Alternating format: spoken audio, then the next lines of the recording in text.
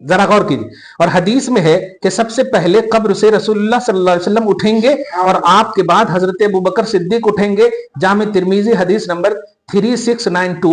اور جنت میں سب سے پہلے رسول اللہ صلی اللہ علیہ وسلم داخل ہوں گے اور امت میں سب سے پہلے حضرت ابوبکر داخل ہوں گے. سنن ابو داود حدیث نمبر 4652 4652. خلاصہ یہ ہے کہ تبلیغ دین میں، ہجرت کرنے میں، غزوات میں، امامت میں، امارت میں، قبر میں، حشر میں، دخول جنت میں، تمام دینی اہم مناصب میں اول سیدنا محمد صلی اللہ علیہ وسلم ہیں اور ثانی ابوبکر صدیق ہیں رضی اللہ. سبحان اللہ. یہ تیسرا راز تھا. اب چوتھا راز سنیے. چوتھا راز اس آیت میں یہ بھی مذکور ہے کہ جب حضرت ابوبکر رضی اللہ تعالیٰ عنہ، آیت کون؟ سورہ توبہ کے آیت نمبر 40.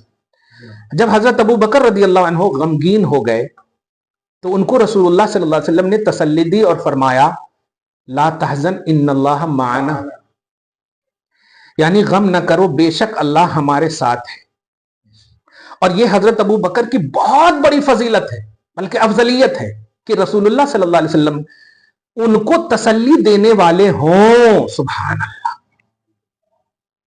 بہت بڑی فضیلت ہے. ابوبکر لا تحزن کا جو خطاب ہے کن سے ہے؟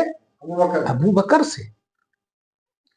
پانچویں وجہ، اسی آیت میں اللہ تعالیٰ نے یہ بھی تصریح کی ہے کہ حضرت ابوبکر رضی اللہ تعالیٰ عنہ نبی صلی اللہ علیہ وسلم کے صاحب ہیں.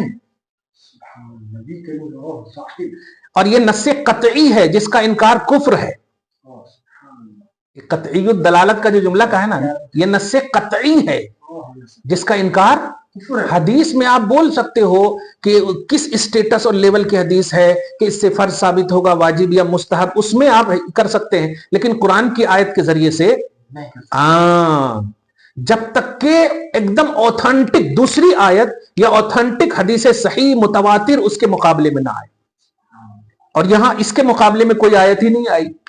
خیر، یہ نص قطعی جس کا انکار کفر ہے. اور تمام صحابہ میں صرف حضرت ابوبکر کی صحابیت ہی نص قطعی سے ثابت ہے، یعنی آپ کے صحابی ہونے کا انکار کفر ہے.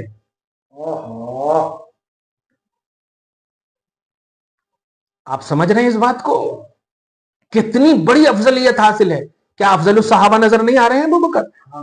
کسی بھی صحابی کا صحابی ہونا قرآن سے ثابت نہیں ہے. صحابی ہونا لفظ صاحب، آہا، یہ افضلیت کی پانچویں وجہ. چھٹویں وجہ، اس آیت میں اللہ پاک نے فرمایا کہ اللہ ہمارے ساتھ ہے، اور عربی میں ہے معنا. اب ذرا غور کیجیے. اور معیت سے مراد حفاظت اور نصرت کی معیت ہے، یعنی اللہ ہمارا محافظ ہے، اللہ ہمارا مددگار. اب ذرا سنیے، یعنی اللہ تعالی رسول اللہ صلی اللہ علیہ وسلم کی جو حفاظت اور نصرت فرمائے گا، رسول اللہ صلی اللہ علیہ وسلم نے اس میں حضرت ابوبکر کو بھی شامل فرما لیا. سبحان اللہ. یعنی اس آیت میں در حقیقت یہ ہے میرے حبیب، آپ کا یہ جانثار، آپ کا یہ جانثار اتنا اچھا لگا مجھ کو کہ میں آپ کی حفاظت کرنے کے ساتھ ساتھ اب ان کی بھی حفاظت کروں گا. سبحان، کیا بات ہے. سبحان. یہ چھٹویں وجہ. ساتویں وجہ، احادیث اور کتب سیر سے ثابت ہے کہ غار ثور میں قیام کے دوران حضرت ابوبکر کے بیٹے عبداللہ ابن ابوبکر اور ان کی بیٹی حضرت اسما، ان کا غلام عامر بن فہیرہ آپ تک مکہ کی خبریں پہنچانے اور آپ کے لیے طعام پیش کرنے میں لگے رہے. ٹھیک ہے. اور یہ بھی حضرت ابوبکر صدیق کی بڑی فضیلت ہے کہ ان کی اولاد اور ان کے خدام اس خطرے کے موقع پر جان کی بازی لگا کر آپ کی خدمت میں مشغول رہے. میں نے پہلے کہا آپ کے خاندان، آپ کے نسبی قرابت دار موجود ہیں، لیکن اللہ پاک کے سلیکشن کے مطابق آپ نے کس کو ترجیح دیا؟ سبحان اللہ. آٹھویں وجہ، حضرت ابوبکر رضی اللہ تعالیٰ عنہ جب رسول اللہ صلی اللہ علیہ وسلم کے ہمراہ، یہ بات بڑی اچھے سنیے گا، حضرت ابوبکر رضی اللہ تعالیٰ عنہ، سنن کبریٰ کی حدیث ہے، رسول اللہ صلی اللہ علیہ وسلم کے ہمراہ مدینہ پہنچے تو سب لوگوں نے جان لیا کہ نبی صلی اللہ علیہ وسلم جس شخص کو سفر و حضر میں ساتھ رکھتے ہیں وہ حضرت ابوبکر رضی اللہ عنہ ہیں. سفر و حضر میں جن کو ساتھ رکھتے ہیں وہ کون ہیں؟ سبحان اللہ.